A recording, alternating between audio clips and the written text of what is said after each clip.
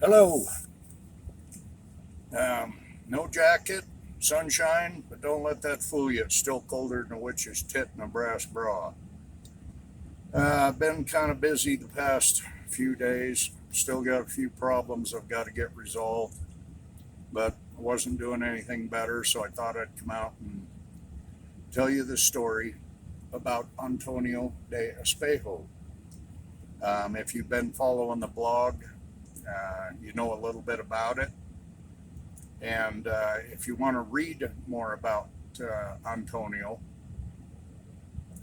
and find out why he's such an interesting topic for me, uh, you can go to Tescoro.com and in the search window type in Antonio de Espejo and read up on it. If you want to read the original exploration documents, I'm now making all that information available for donations. And you can find that in the 180 exploration documents that's listed in that list I gave. I posted it in a recent post, and you can also find it under the menu right under books for sale. The reason I took an interest in Antonio de Espejo, who is actually quite well known down in Texas, New Mexico, and I think in California. Um,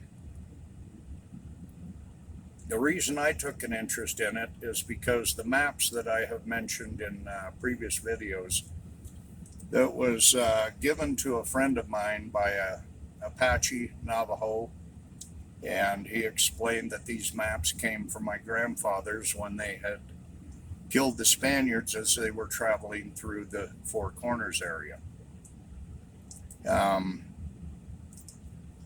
when I finally got the map, it sat in my files for quite a few years because, quite frankly, we had no idea where it went. We had plenty of reason to believe it was the Uintas.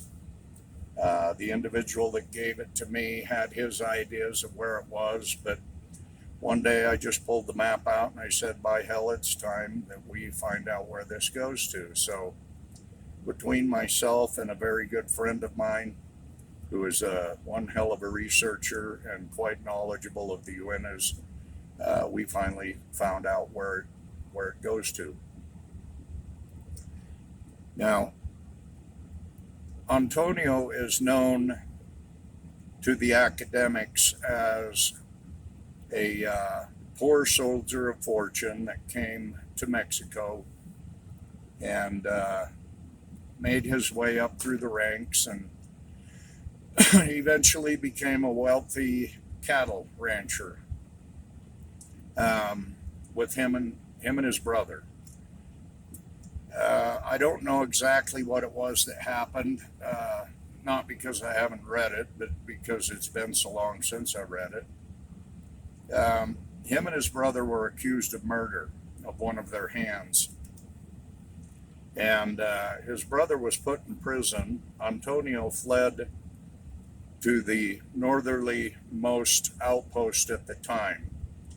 And this would have been right around 1581, 1582.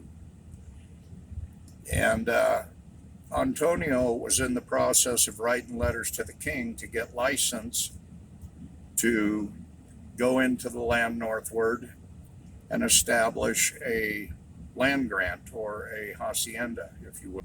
According to the academics, and this part most likely is true, Antonio, when he was in Chihuahua, which was the northerly most outpost at the time, heard some priests talking about taking an expedition northward to go find out what happened to two of the priests that they had left behind with one of the tribes. Antonio saw this as a free ticket, without getting a license to be able to go where he wanted to go. As you read through the exploration documents, it's pretty clear that his mind is not on the two priests. I personally don't think he could care less what happened to the two priests. He just wanted to get close enough to where he could make the excuse to take off for, I don't know, a week, 9 days, whatever it was, and in search of something. And he knew what he was looking for. It's pretty evident as you read through the document. Then the academics, after this expedition, which ended in 1583, they have him going off to Cuba, and he died. And the reason I know this isn't true is because the map that I'm pretty sure is written and signed by Antonio de Espejo was dated 1588. So obviously somebody's missing some information. And what I think happened is no sooner than he got back from this 82-83 expedition, he gathered up some men and went back. During the expedition of 82 and 83, he took off for quite a period of time. And when he returned, you can tell that he was in a hurry to get out of there. He wanted to get back. And most likely so he could gear up and turn around and head back. Now, for several reasons, not only on the map, but in the exploration documents,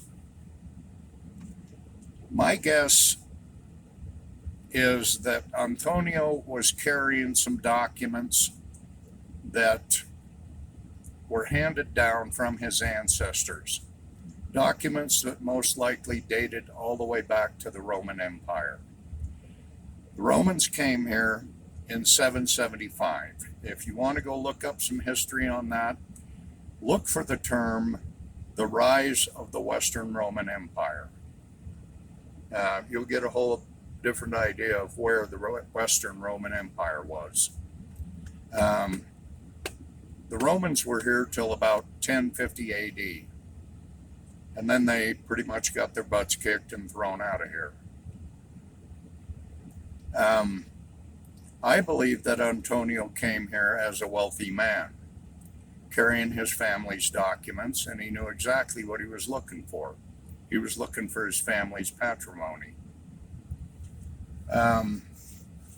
This is why he was writing letters to the king. But nobody apparently suspected that he would end up in Utah. With the map and the exploration document, it seems pretty clear, because he said something about he was heading north to go look for the Lake of Gold. This Lake of Gold, and it's probably been called that ever since the Roman days, but this is Lake Copala. Now, I've written about Lake Copala quite extensively also, and you can find that on Tescoro.com by simply typing in the search words. How I spelled it at that time, I don't know. Try different spellings, you'll find it.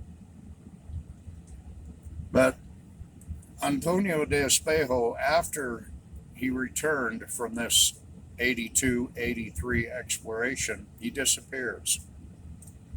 This map pretty much tells us where he went. And it was here in the Uinta Mountains, and I'll show some images of this map in this video, but keep in mind there has been things removed from the map. Now, I don't want anybody saying, oh, Dan changes the maps. No, I don't change them. I simply remove things that I just don't think the general public needs to see.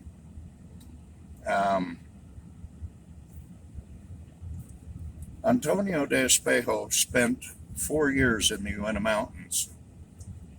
Now,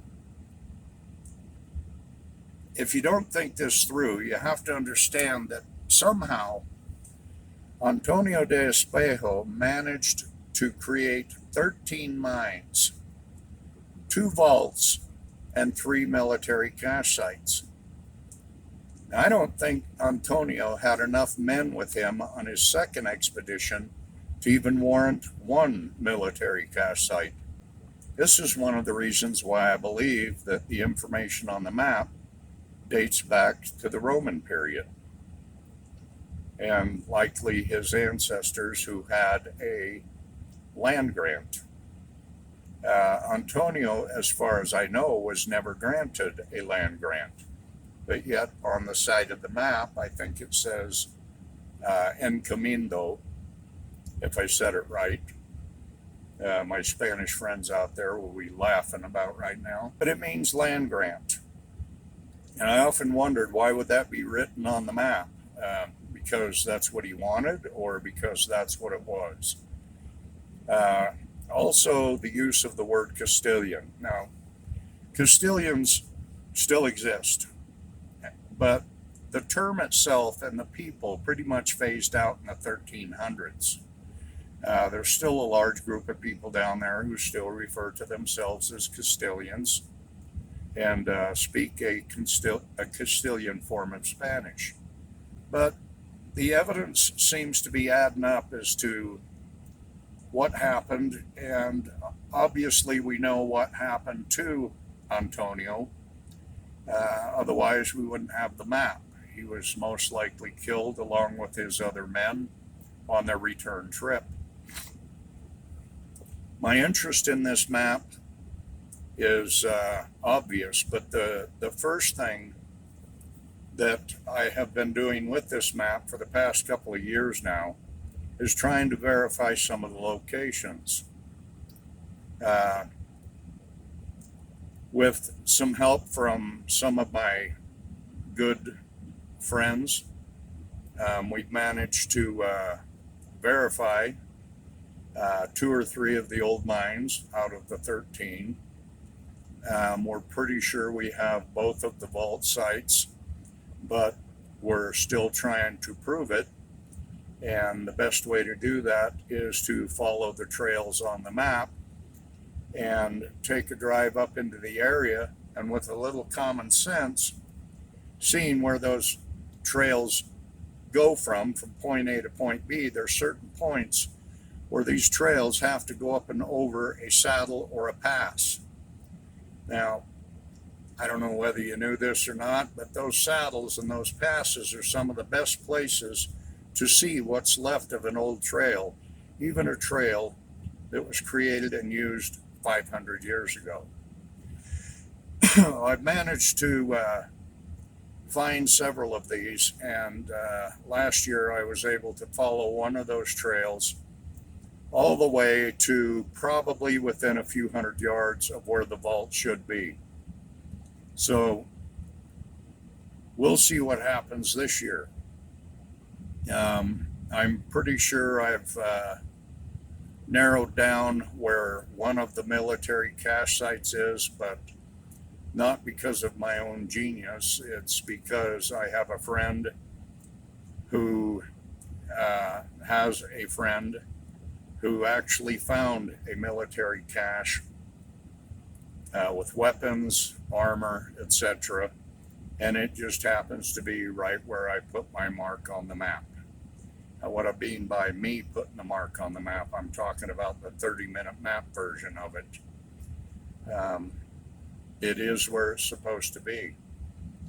But anyway, this is why Antonio de Espejo has dragged me into his past.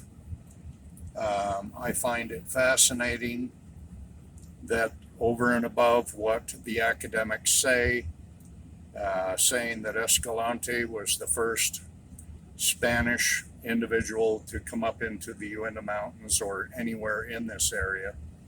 And ever since they've taught us that, we've known that it wasn't true. This is pretty much hard evidence. If I can find an actual document that shows Antonio de Espejo's signature, I'm pretty sure it's going to match that which is on the map. And I'm still working on that. Anyway, I had some time today and thought I'd throw this one at you.